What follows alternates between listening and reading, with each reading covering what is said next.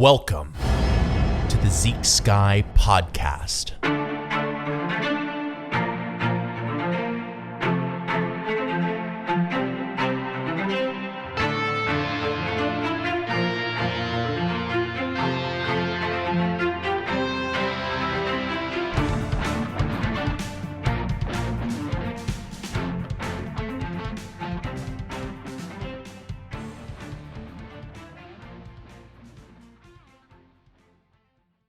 In the last two episodes, we've been discussing some ancient history, some battles, some sieges, some coming-of-age stories. And I have to remind myself that while all of this goes on, and while all the high-level battlefield jockeying and political maneuvering happens, well, what we have here is just a story of individual humans experiencing highs and lows, pride and shame, bravery and fear. And it's very hard to put it in context because this world that the events are unfolding, it's really just in some ways a totally alien planet. These civilizations had some customs and practice that, yes, we might recognize today, but so much of their day-to-day existence is so hard for us to empathize with. It becomes extremely difficult for us to understand the feelings that are happening when, say, Hannibal defeats the Romans for a third time at Cannae. What did this mean for the people of Rome? And when I think of those people in Rome, shocked to learn that they had decisively lost a third battle to a 32-year-old general with the stated intent of vengeance on Rome, I can't help but think of September 11th, 2001, when two planes crashed into the World Trade Centers in New York City. I'm old enough to remember this, and remember it I do distinctly. I sat in the cafeteria at my school. I can actually remember grasping the plastic lunchbox that my mother had packed some food into that day. I remember that cafeteria, the clean plastic rectangles and circles that shaped the picnic-style tables, the bustle of an early morning on my second day of middle school, where moments before had been the playful squawk of young voices, boys chasing girls, and, the clatter of all inanimate objects that so frequently accompanies those in the bustling dawn of life. Suddenly, the two front doors of the cafeteria were opened. And in walked our principal, who announced himself over a dull microphone, attempting several times to garner silence from our ilk. Finally, all was quiet. He flicked on a television that was plastered above our heads, and in front of us was a news presenter explaining that a plane had hit Tower 1. 2 and 2, 1. This is as close as we can get to the base of the World Trade Center. You can see the firemen assembled here, the police officers, FBI agents, and you can see the two towers. A huge explosion now raining debris on all of us. We better get out of the way. He spoke. There's been an accident in New York City. We are dismissing class until tomorrow. If you are usually to be picked up by parents, we are sending you home now by bus. Follow your teachers out of the building. Amazed and perhaps even a little relieved at first, since this was like my second day of middle school, I realized my bag was in my locker just down the hall. I made my way down the hall with a few other students, the gloss of tile and the air of a freshly manicured building upon us.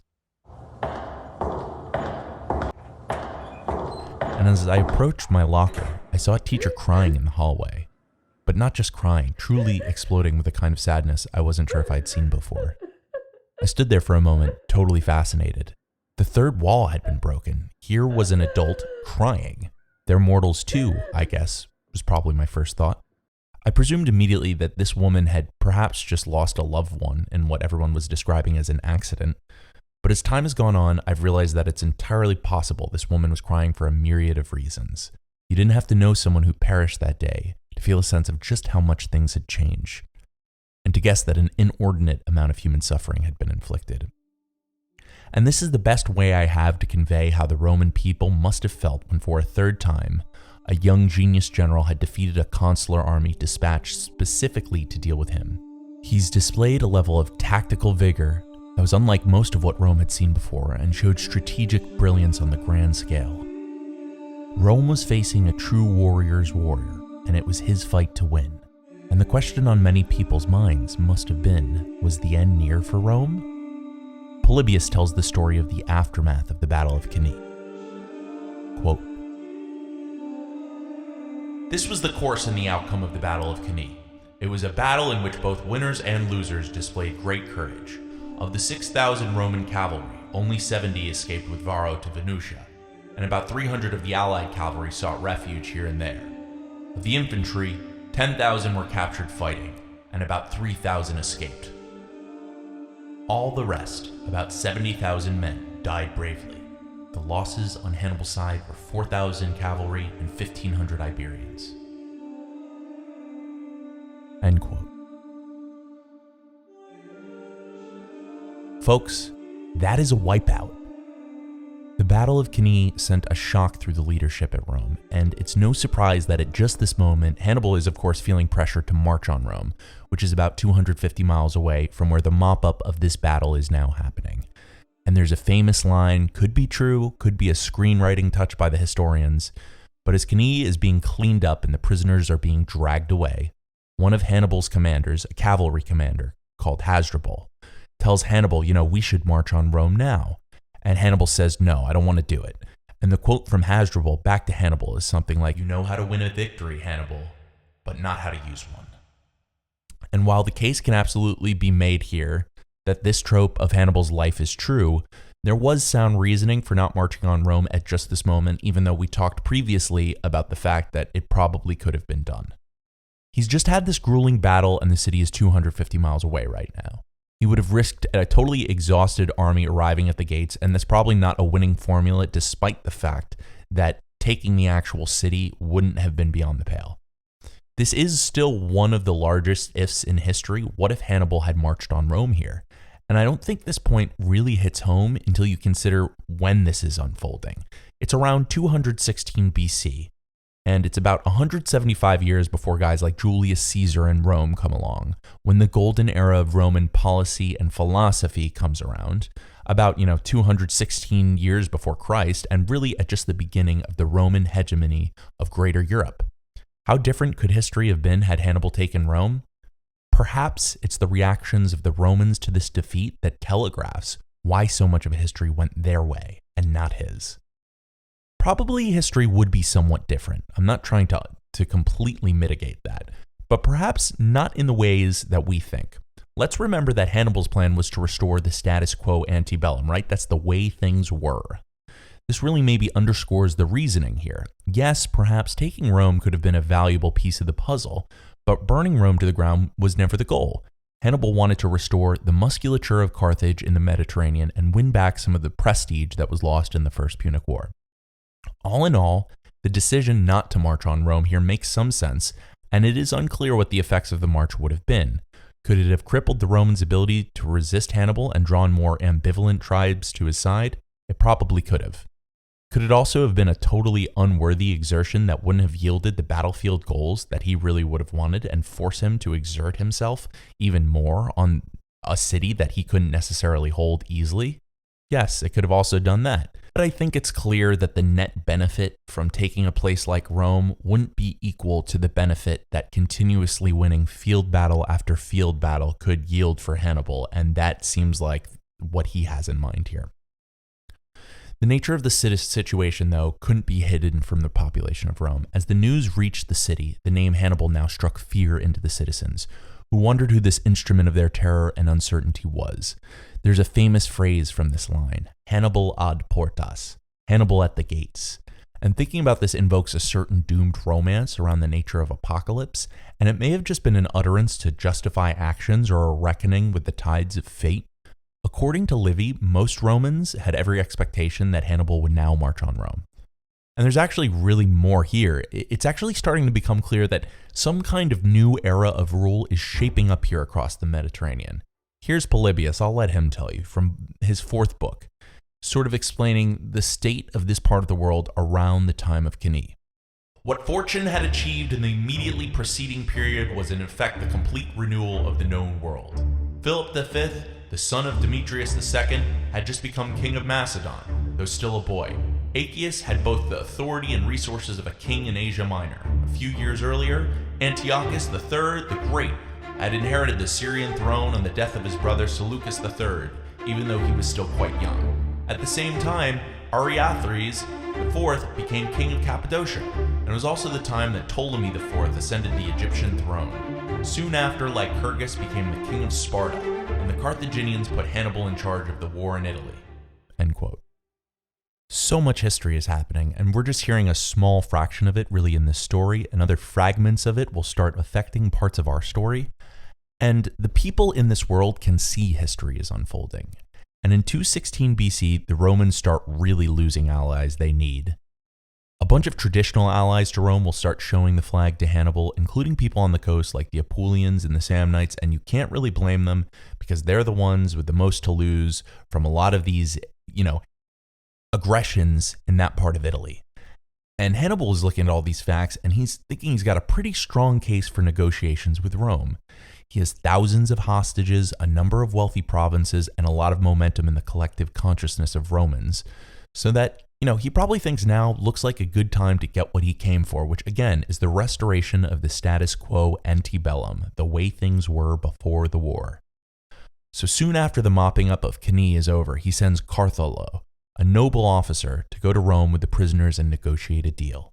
Cartholo takes these prisoners and a small defensive contingent north to Rome, with hopes of ending this war here and now, and he reaches Rome. And here we get a taste for the spirit of the Roman people. They respond with utter defiance. And I want everyone to really think about this.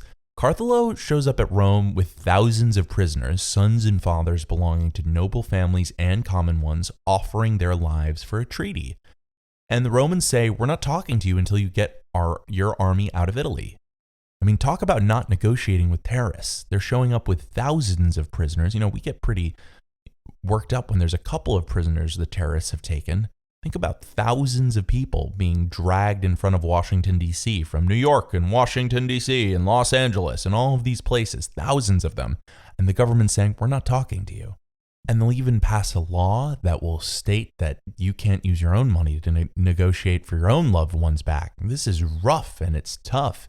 And it's really something that sets these people apart. I think maybe there's some kind of metric by which your ability to restrain yourself in this situation really determines the health of your state in a certain sense. So what are they going to do? Well, they're going to conscript slaves, younger men, and, they're also going to remove the archaic weapons down from sacred temples to give themselves an opportunity to fight again. There's an equipment shortage. It's truly a testament to the will of the ancient Romans that any of this is possible. They'll raise taxes, they'll have the upper classes donate gold, and they'll even secure a loan from a foreign king, which is something they really don't like doing. But there's another delegation that Hannibal has, and this one's going to make its way to Hannibal's home of Carthage, where he hasn't been for a long time. He's not going to go. He's going to send a group led by his brother to announce his successes. They'll bring some evidence, including some rings from some Romans, to prove the victories, and they'll ask for reinforcements so he might end the war in the most favorable terms possible. And despite what must be described as Hannibal's insane successes in mainland Italy, there's a powerful political faction in Carthage led by a guy called Hanno, who is skeptical and also maybe has some interests that are on the other side. And he says something like, if you're doing so well, why do you need reinforcements? And this tells actually a very important part of the story, which is that right now the Carthaginians are the aggressors. They aren't seeing their farms threatened, their livelihood eradicated. It's not a surprise that the Romans mobilized against Hannibal way faster than he could achieve the reinforcements from Rome. But this will become a growing issue. They finally agreed to send him about 4,000 Numidian cavalry and about 40 elephants, and it's actually just about the only reinforcements he'll ever see from Carthage. They'll send a few more as part of an infantry contingent that lands in Locri about a year later, but truthfully, the Garrisia, which is that government in Carthage, truly dragged their feet here. He's got some other upsides, though, Hannibal does, and they will make a difference. Philip V of Macedon, who is part of a very famous warrior family, you may have heard of one of the kings from this place called Alexander the Great, well, he decides it's time to throw in his lot with Hannibal, and Sardinia revolts against higher taxes that the Romans were levying so that they could fund the war effort, which makes Hannibal look very good. Up north, the Celts will crush a force under a guy called Postumus Albinus in a terrible ambush. They will cut into the backs of trees along a pass just long enough so that they can be pushed over, and they'll push over hundreds of these trees on a Roman army moving through up there in the north in some real barbarian treachery. And in even better news, of course, Syracuse will abandon Rome after King Hiron II dies, and his son thinks that this is a good time to join with Hannibal. But all this comes with new obligations, and it's starting to become apparent to the Romans that there is actually a winning strategy here. And it's the Fabian strategy that we talked about, where you kind of try to mostly avoid these pitched battles. In fact, Hannibal is about to spend almost a decade sort of inconsequentially bouncing around Italy. The victory at Cannae had sort of signaled to the Romans at large that the Fabian strategy, remember that's that idea where, you starve Hannibal and you don't make contact with him, was correct. And the Romans, for the most part, decide it's time to follow it. And this turns out to really press Hannibal because it's clear that diplomacy is not what he excels at. He has to exert himself a lot to maintain authority in these fickle places that are measuring the change of rule kind of cynically. And this is starting to take a toll perhaps on Hannibal himself. He's a master tactician, and Rome has now seemingly figured out a way to avoid him in the field.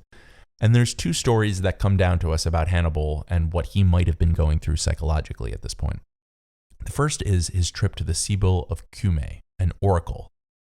And Hannibal is said to have given great sacrifices and to inquire about his future successes. This is from a man who brought an army across the Alps and overcame incalculable odds just to get here. It's perhaps a sign of his confidence waning. And then he has a winter at a place called Salapia, where he is said to share a bed with and fall in love with a prostitute. It's one of the rare texts dealing with Hannibal and a woman besides his wife. And as a man, he's not given to womanizing, so this seems to be a sign that Hannibal's star might be beginning to fade. The Romans do not seem to know this, though, and so it starts becoming very important to them to start really going after some of the new alliances Hannibal has struck in the region, because those alliances are making it difficult for them to cleanly operate, and it's destabilizing their power projection, harming their trade routes, in addition to killing lots of their people. One of these cities that defected is called Syracusa, and they'll send a consular army to Syracusa under Claudius Marcellus with a number of veterans from Cannae. So for a lot of them, this is personal. He'll go there with a fleet and an army, and he'll go with a plan to blockade and wear it down. Carthage finds out and sends a guy called Himilco to go respond with the fleet and, with a large army. I can't help but notice how big this army is, actually. In my Patrick Hunt version of Hannibal, he says 25,000 infantry are sent from Carthage, along with a dozen elephants, to go deal with the situation in Syracuse, which is more infantry than Hannibal will get in his entire adventure on Roman soil.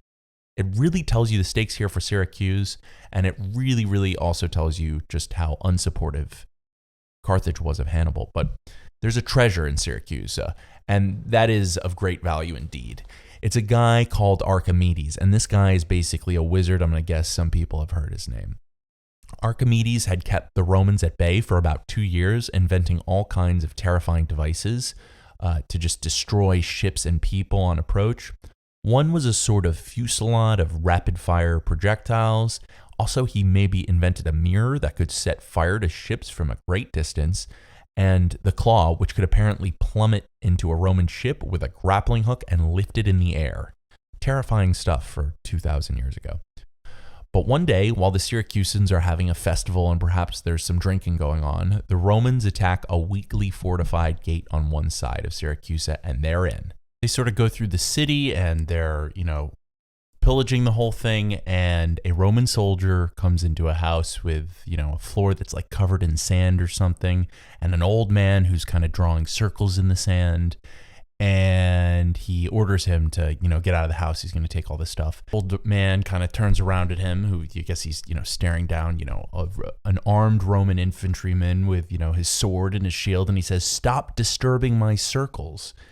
And the Roman soldier doesn't like that, and he kills this guy. And it turns out that this guy is Archimedes. He's, part of the reason that maybe they wanted to be there in the first place.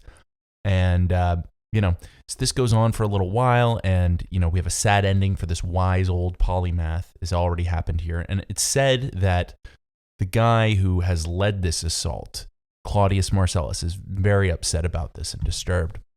But it's more than just that. It's Hannibal has now lost his best chance at resupplying his Italian campaign from Carthage because he was using that city to do that.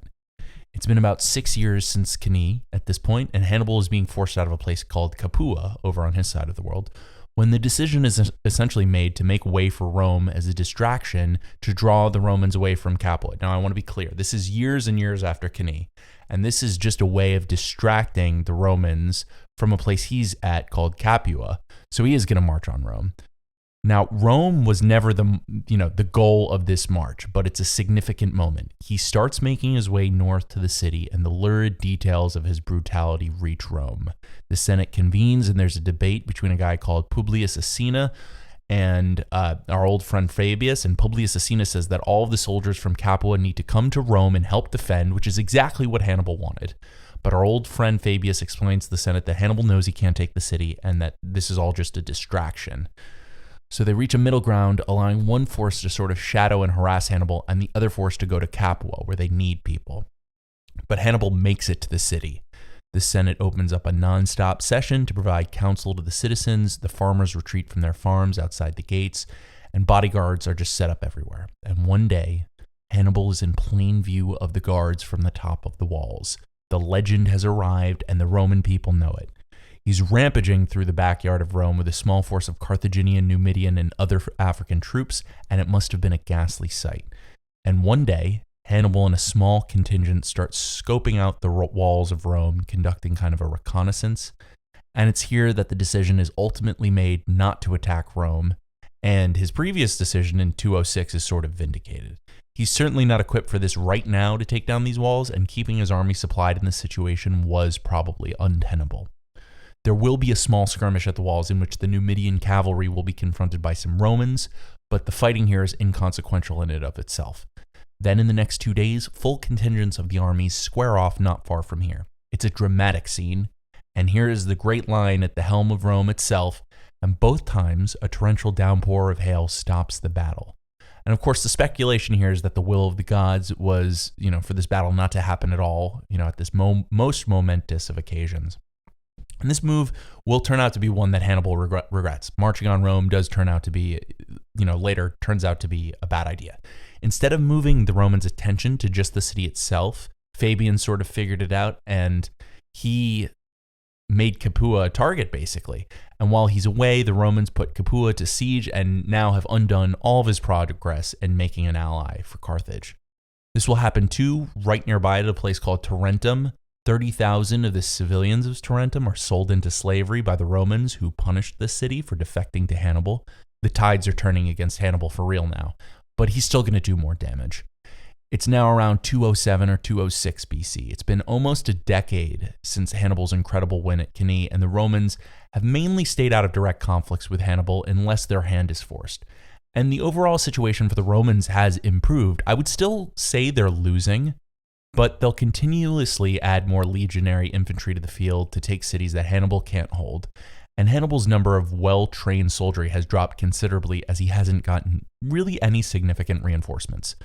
The Romans punished the Hannibalic defections as harshly as possible, which made it harder and harder for Hannibal to court new allies on the Italian mainland where the Romans had built up these legions. Because just look what happened to Capua. You're going to get 30,000 of your civilians sold into slavery if you decide to do this. But it's not all bad news for Carthage specifically. At just this time, there's a whole theater of this war going on in Spain that isn't completely related to Hannibal's story, but it's happening at the command of two brothers from a famous family called the Scipios in Rome. You may remember me mentioning a Scipio before in the story, and really it's the Scipios who play the biggest role in the Second Punic War for the Romans, producing the one man actually who is going to defeat Hannibal. And these are two of his uncles, Cornelius Scipio and Gnaeus Scipio.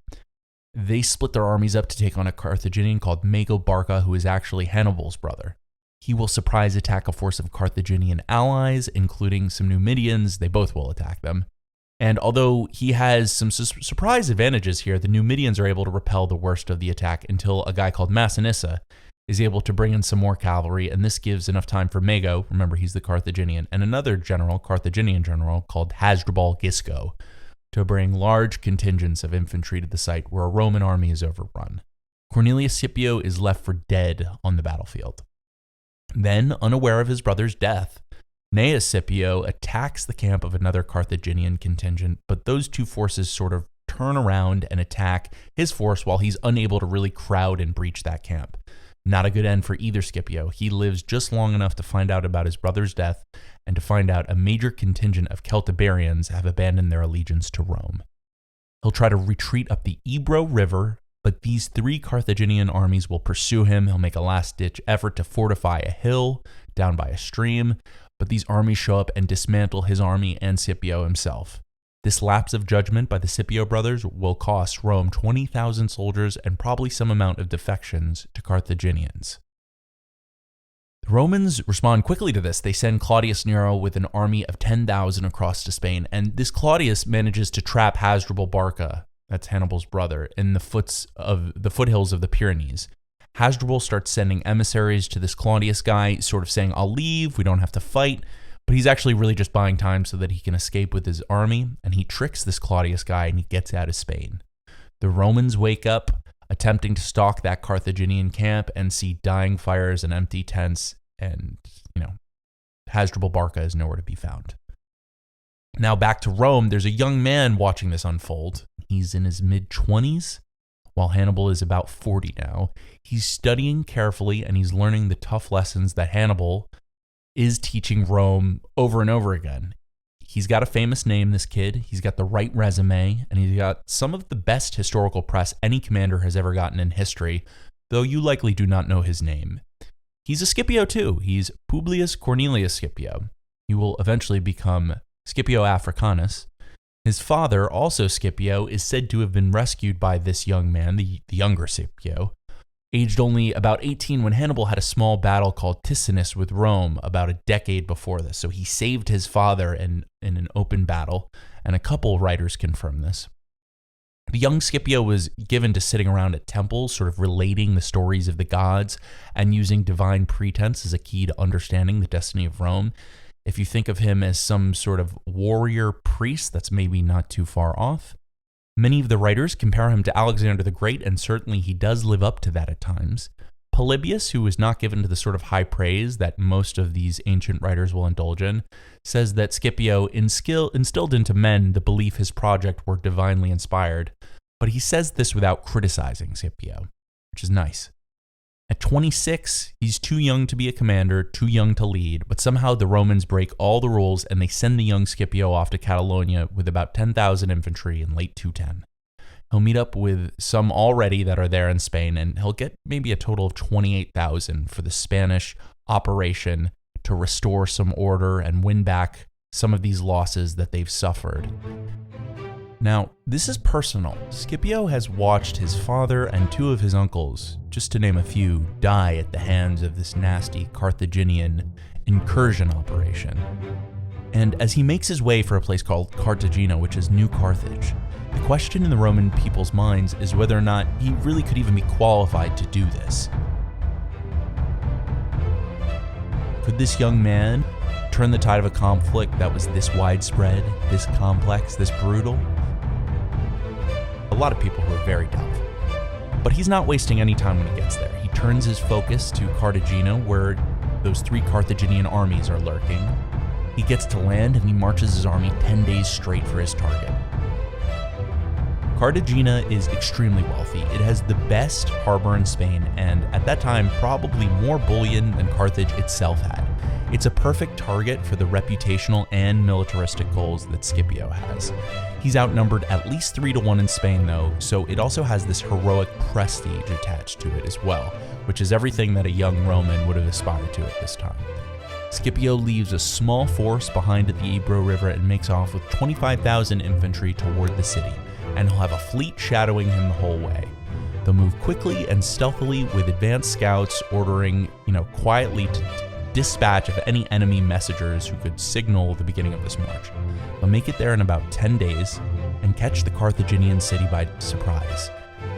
Now it has an army charging it by land and a fleet blocking their supply and escape. They'll get there at a time when almost no defenders are at the city, though. It's perfect timing. The Carthaginians probably did not know a siege of this city was possible. The initial attack on the walls in the south is beaten back, but at the north there's a lagoon and a smaller wall protecting the entry. The water level goes down, and Scipio manages to get 500 of his troops to wade across this lagoon and get into the city. I'll let Patrick Hunt describe the city at Cartagena and what's been going on here at this scene. He sort of takes the moment here to compare, and this is, just one of many. He will compare Scipio to Hannibal here.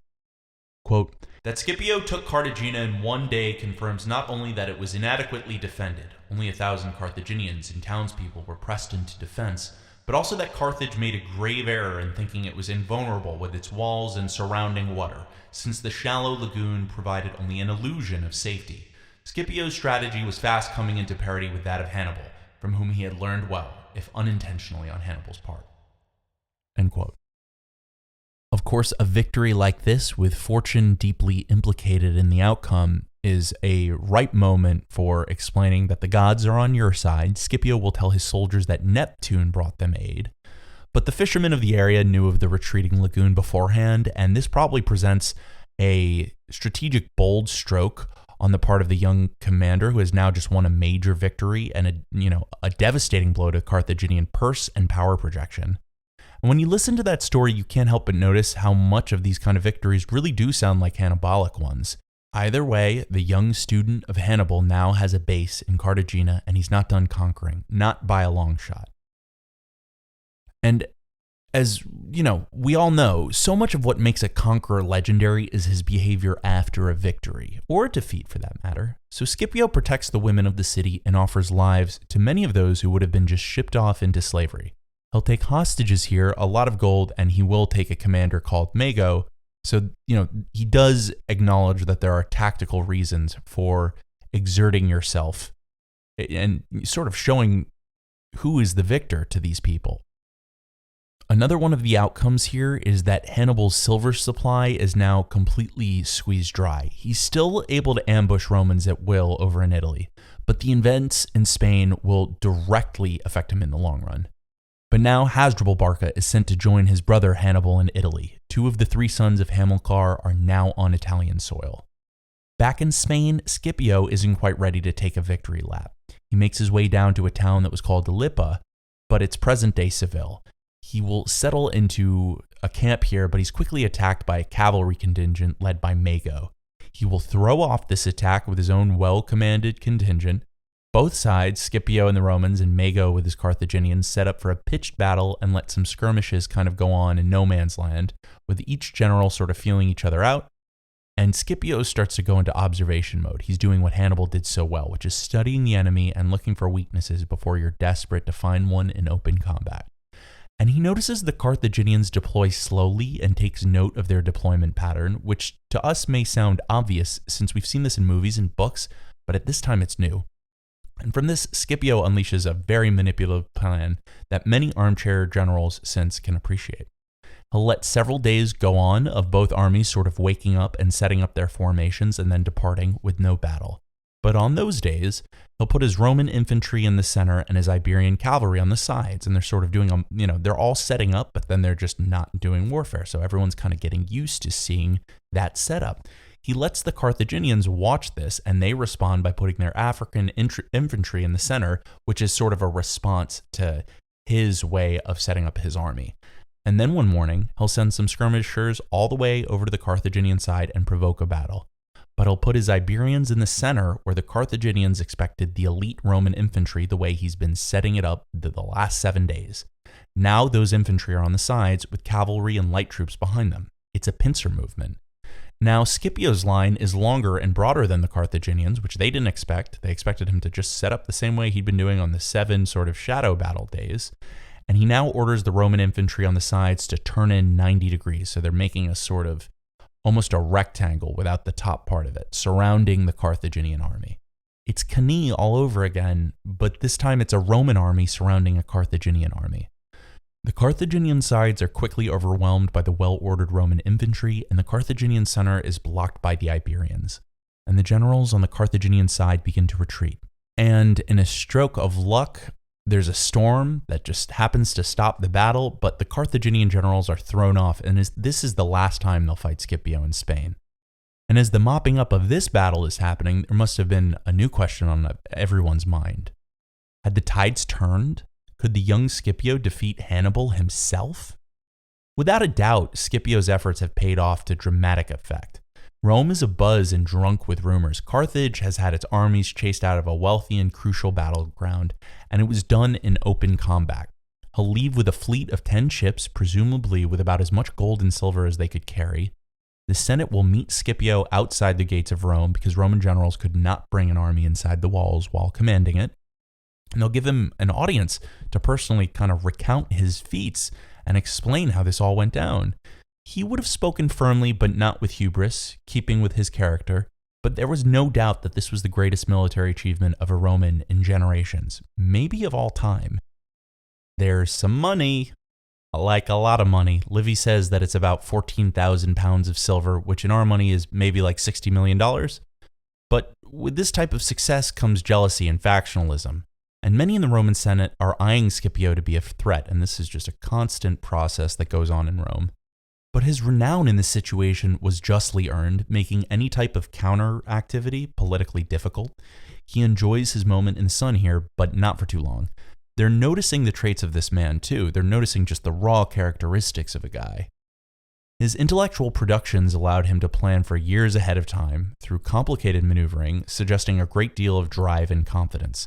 It's dangerous for them, but more importantly, it's dangerous to Hannibal. And now it's time for the showdown between Hannibal and Scipio. So let's look at how things stand in 205. The Celts in Italy's north that Hannibal has commanded the allegiance of are becoming fickle. Hannibal hasn't attacked a major army in some years, and that's probably part of the reason. And Rome has survived, Hannibal's army at its gates and a number of defeats at his hands. There was a substantial case now to take the war to Carthage's backyard, and that's just what Scipio wants to do. So Scipio starts making this case, and once you know it, the political machine at Rome resists it, even though it's obviously a good idea. They don't want him to have the glory for this, it sounds like. But, the genuine jealousy of Scipio, who had gone from boy to brand in a few years, probably really got people motivated to do whatever was antithetical to his ideas. Problematic for the Roman resistance to Scipio was that Scipio carried himself with dignity, prolonging his own enjoyment of his fortunes, sort of putting it off and not trying to enjoy the fortune of empire, and constantly just championing the Roman cause.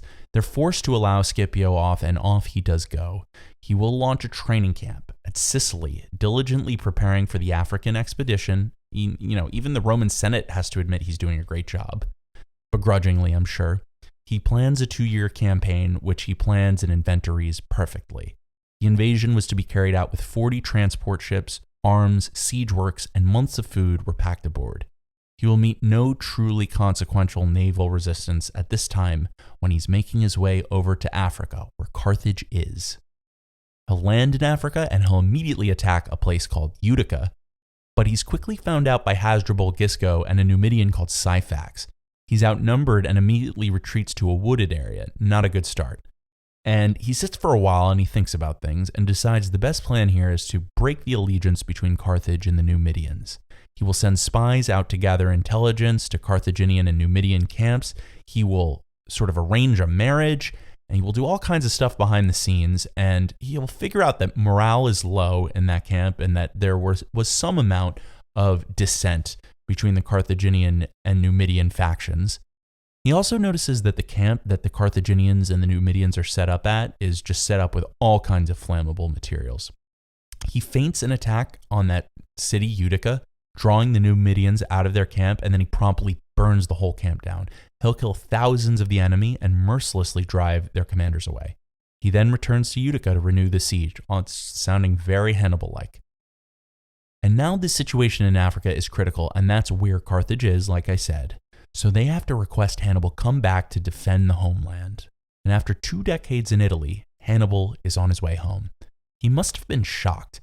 And to add insult to injury, his one remaining brother, Mago Barca, is killed in Italy, and a Roman messenger tosses his decapitated head into Hannibal's camp. He leaves Italy with bitterness, regrets, and sorrow. He's now headed for Carthage, where he hasn't been since he was quite young. Was this place even home to him? What was home? In 203, Hannibal is landing in Tunisia, about 100 miles from the city that Scipio is currently, occupying. He's got probably 20,000 remaining veterans, which is impressive considering that that's basically what he had when he came out of the Alps, in Rome's backyard 16 years ago. If he did curse the gods for this reversal of fate, he certainly would not have let his men know about it. He will take some time in the autumn to put some new forces together. He'll get 80 elephants, some Numidian allies, and some assorted new infantry. He'll assemble a 40,000-man army, but very few of them, maybe about a third, have substantial fighting experience. He tries to delay the battle for a while, but when he hears that Scipio has effectively courted the Numidians and, including this powerful king called Massinissa, he attempts to block them from creating a joint force. This fails, and Scipio manages to meet Massinissa with around 28,000 well-trained infantry, at least. Massinissa brings along 6,000 of those Numidians we've always talked about as being so effective, and that's a problem Hannibal knows he can't easily deal with. He's had firsthand experience with the Numidians on his side. It's a problem. And you'll love this. Hannibal sends out his customary spies to gather intelligence from the outside of the Roman camp. Scipio captures them, and instead of killing them, he gives them a full tour of his camp and sends them back to Hannibal. This would have really gotten inside Hannibal's head for sure, and Hannibal has an idea of where this is going now. So he asks Scipio for an in-person meeting. Something about that tactic got Hannibal thinking, I should talk to this guy, who is still quite young, about the age Hannibal was when he crossed the Alps. And it's no doubt that he admires this young guy, which contributes to the drama here. They'll ride with a bodyguard to an isolated field not far from Utica, and in person, they'll walk up to each other on top of the ridge. They'll make it into visual distances of each other and will both, according to Livy, be shocked and somewhat starstruck. They don't speak each other's languages, so they needed a translator. Livy recounts the first words from Hannibal to Scipio. Quote, "You stand today where I once stood at Trasimene and Cannae. Almost before you reached military age, you held supreme command. Whatever risks you took, however bold, Fortuna never let you down. You avenged your father and your uncle's death, and in so doing from your family's calamities, like battle honors, you won a glorious renown for courage and filial devotion. All the glory that you have and hope for, Fortuna can turn away in a single hour. If you make peace, Publius Cornelius, yours is the world and everything that's in it. If not, then you must take whatever Fortuna may grant. There are not many examples of courage linked to success. Remember Marcus Attilius Regulus, who once stood here victorious on Carthaginian soil. My ancestors sued for peace, which he refused. He rode his luck to the limits and failed to rein it in. It galloped away with him. The higher you rise, the further you fall, and his fall was truly terrible. The one that grants peace has the right to dictate the terms, not the one who seeks it. But perhaps we Carthaginians deserve to propose some penalties for ourselves. We are willing to concede that all territories for which we went to war belong to you. Sicily, Sardinia, Spain, and all the Mediterranean islands lying between Italy and Africa. Since that is how the gods have ordained it, we are content to be confined within the boundaries of Africa, and to see you, an imperial power, ruling over foreign kingdoms by land and sea." End quote. What an incredible change of fate and will that is. He's willing to give up everything that he's fought for the last 16 years? He must be really, really intimidated by this Scipio guy. He says basically that I've been in your shoes. I see your good fortune. Don't throw it away by having a fight you might lose. And Scipio basically says, we're not accepting the terms we've accepted before. I have some other ones you can accept, though. And then he says this, quote, "There is no need to lecture me on the power of Fortuna. I know very well that all our deeds are subject to 1,000 strokes of luck. If you had come to me to ask for peace by your own free will before you abandoned Italy, embarked your army, and withdrew to Africa, and if I had rejected your proposals out of hand, I would be all too willing to admit that my conduct was high-handed and unfair. But now I have no such ambitions, and we are in Africa, on the eve of battle, and I have dragged you protesting and against your will to these negotiations. Therefore, if you have anything you wish to add to the peace conditions previously proposed, as compensation perhaps for the losses of our ships and their supplies which you destroyed during the armistice, and for the violence done to our ambassadors, then I will have something to take back to our authorities. But if that is too much for you, prepare for war, since peace you clearly find intolerable." End quote. Prepare for war, since peace you clearly find intolerable. There's so much to unpack here, so much emotion in these words exchanged. I find it telling here that neither men are really invoking the will of gods in describing fortune. They're talking about fortune as if it's this celestially independent quantity that behaves unpredictably. Certainly, there's a feeling on Hannibal's part that good fortune leads to the greater potency on the part of bad fortune. And there's a sense on Scipio's side that fortune or not, you're getting what you deserve here, Hannibal. He's not negotiating, and I think that given he's obviously in the stronger position and his enemy is attempting the negotiations, Carthage is, he has no real reason to. They'll return to their camps in visible distance of each other here, knowing that a fight is shaping up.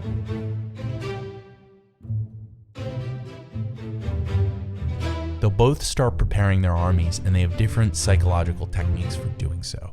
Scipio will make sure his men remember their recent string of victories, and Hannibal will point out, his long track record of victories stretching off, well beyond a decade. Patrick Hunt calls it his reputation of invincibility. That's pretty distinct. He'll also point out that now they're on their home turf, which means it's their stuff and people that will get ransacked if they lose. The battle happens about a day after the generals meet. It's mid-October in Africa, and the battle is going to take place about 85 miles from Carthage in a place called Zama. Scipio will get some ground near a spring, and Hannibal will be left to supply water from way further away, already a small victory. Hannibal has got a pretty large force here, perhaps as many as 40,000 infantry. Remember, he's in his homeland, but a lot of these are fresh recruits, and they're not going to hold their weight. He's got about 4,000 good cavalry and 80 war elephants that were not very well trained. It's a sizable force, but it's obviously unwieldy, and he can't really rely on the same level of individual prowess that he did in mainland Italy, where certainly some number of his men were veterans of multiple battles. There's a few different types of people here too. He's got Carthaginians, Libyans, Celts, and people called Ligurians. But he doesn't have nearly as many Numidian cavalry. Many joined Rome now, and that must have been a real sore spot. It's not a great situation here for Hannibal, frankly. But it was not an inevitable loss. Let's remember the seniority of Hannibal, and let's also remind ourselves that Carthage is at home with a greater overall force, and things like this do make a difference. He would have thought this through and placed his units with all of this in mind. He'll get the elephants right up front with some small skirmishers designed to sort of mix with the elephants. I'm not sure if they ride on the elephants or next to them, but it sounds like they make the elephants maybe more effective.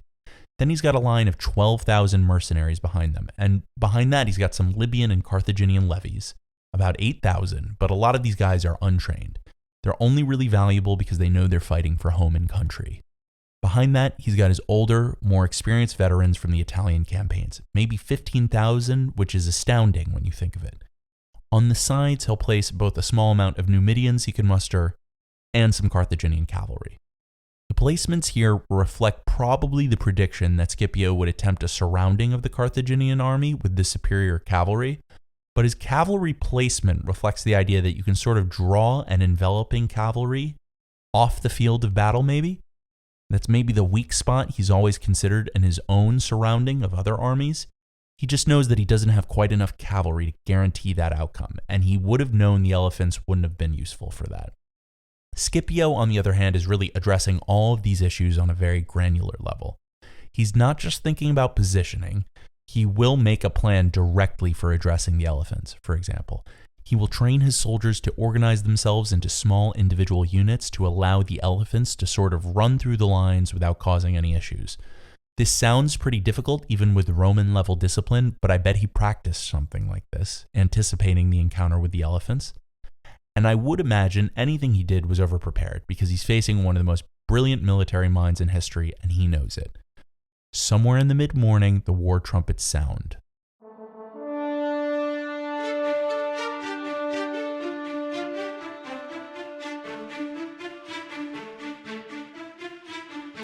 Romans shout towards the enemy with much clatter, and the Carthaginian army must have responded in several languages.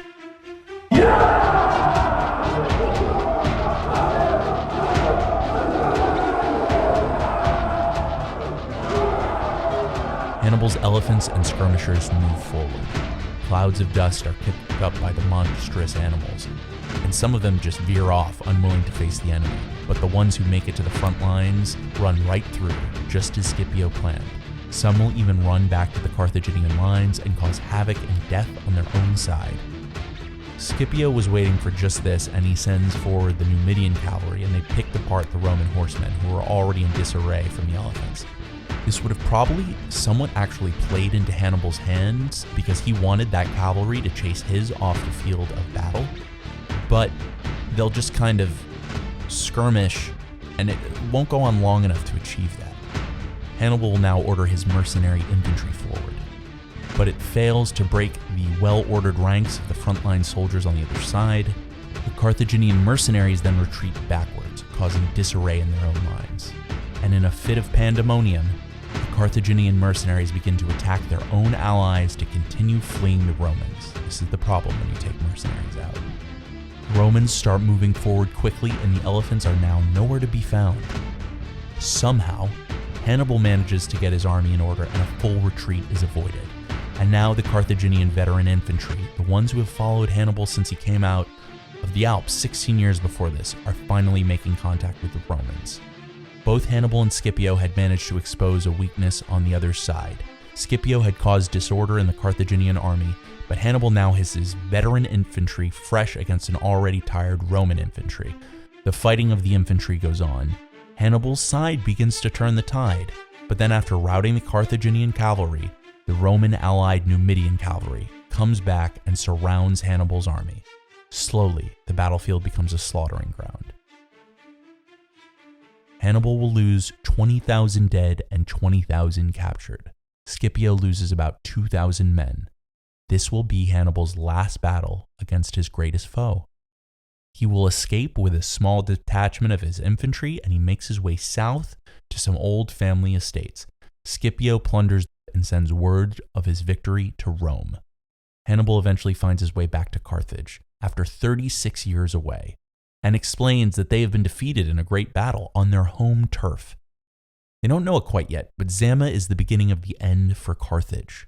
Some historians will say it is one of the most crucial battles in the history of Europe, and it is hard to disagree. The negotiations in the aftermath for Carthage are demoralizing and incapacitating. Carthage is allowed to continue as a state, but would have an extremely limited scope, expressly forbidden to wage any war outside Africa and requiring Rome's permission to wage a war inside Africa. 10,000 talents of silver are required, and so was the submission of 100 aristocratic hostages. They'll release all Roman prisoners. Their entire fleet is burned. Hannibal sits and watches his countrymen's ships burned. He has no army. He's utterly alone and defeated. He'll spend some time in Carthage before the government attempts to finalize the terms of the treaty.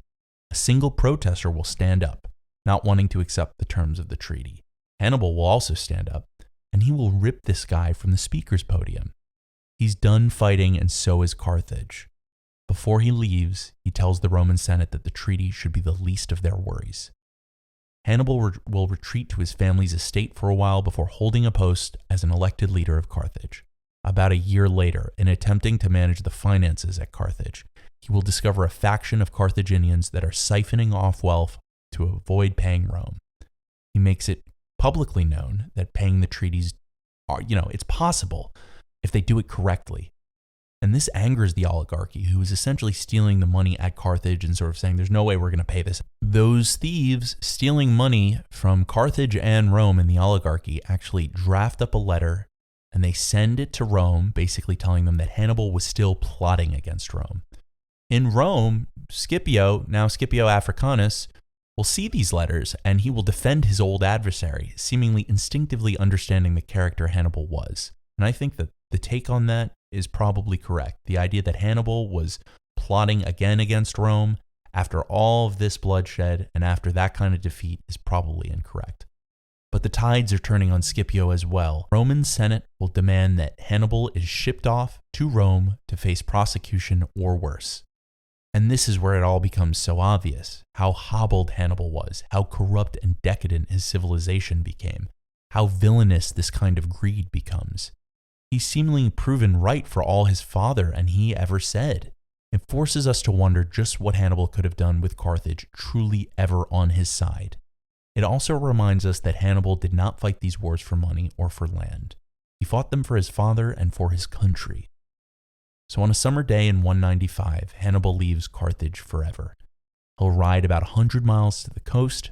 He'll take that ship right there that he finds on the coast to Cercina Island, where he will be recognized and explain that he is on, an official embassy duty for Tyre, which is kind of half true. He will get all of these interceptors who are kind of interrogating him drunk, and he'll escape, and he will, in the middle of the night, get on a ship headed for Tyre. Carthage sends 2 ships after him. They want to get him back. They want to be able to send him to Rome. He will find some safety in Tyre, though, which is Tyre is kind of the ancestor of the Phoenician colonies that Carthage is a part of. In a few years, Scipio, the general who defeated Hannibal, is involved in a war near Turkey, and Hannibal happens to be in town when Scipio arrives. The 2 great generals are said to have met. Scipio asks Hannibal to reflect on who the greatest generals were. Hannibal says Alexander, then Pyrrhus of Epirus, and then names himself third. Scipio replied, "Where would you put yourself if I had not conquered you?" And Hannibal says, "First." Hannibal denied Scipio his place. It might have been in jest. I like to think that these 2 were friends in some way. But now he's got to flee somewhere else. The Romans know he's there. He will make his way to Bithynia, where he will advise the Bithynian king. He's been in exile for close to 25 years at a certain point, and he settles down in a villa in Labisa in his 60s. Then the king of Bithynia, pressured by the Romans, gives up Hannibal's location. He finds himself surrounded by Romans at every door of his house, and he opens up a ring that he's been carrying poison in for some time, and he takes that pill of poison. Cornelius Nepo, who was a biographer of Hannibal who recounts this event, said that this was the death of the bravest of men. It's the year 183, and Hannibal is 64 when he dies. And I wonder about this moment. Did he reflect on his great deeds? What gave him the most satisfaction? Certainly he must have felt a sense of pride. Perhaps he remembered back to what he told his men as a young commander in the frosty alpine crags. He told them they were to conquer or die. But perhaps he also realized that that is not really our choice in this life. Really, the best any of us can do is conquer and then die.